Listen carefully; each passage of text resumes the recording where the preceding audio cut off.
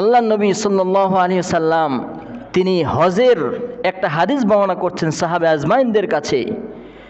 আল্লাহ রাসূল সাল্লাল্লাহু আলাইহি সাল্লাম বললেন, তোমাদের উপর আল্লাহ হজ ফরজ করে দিয়েছেন। একজন সাহাবী দাঁড়িয়ে বললেন, ইয়া রাসূলুল্লাহ, ইয়া হাবিবাল্লাহ, আমাদের উপর যে হজ ফরজ করা হয়েছে আফি কুল্লি আমিন, এটা কি প্রতি বছরে হজ ফরজ নাকি? আল্লাহ রাসূল চুপ থাকলেন, আবার বললেন, আফি কুল্লি আমিন ইয়া রাসূলুল্লাহ, প্রতি বছর কি আমাদের উপর হজ ফরজ? আল্লাহ রাসূল আবার চুপ থাকলেন, আবার জিজ্ঞাসা করা হলো, আফি কুল্লি আমিন ইয়া রাসূলুল্লাহ, প্রতি বছর কি আমাদের উপর হজ ফরজ নাকি? আল্লাহ রাসূল আবার চুপ থাকলেন, এবার শেষে কথা বললেন, ও আমার সাহাবীরে, শুনে রাখো, তুমি যখন আমাকে জিজ্ঞাসা করলে প্রতি বৎসরে কি আমাদের উপর হজ ফরজ হবে নাকি, যদি আমি রাসূলুল্লাহ মুখ দিয়ে বলতাম নাম, হ্যাঁ হবে, তাহলে সঙ্গে সঙ্গে তোমাদের উপরে প্রতি বৎসরে হজ করা ফরজ হয়ে যেত।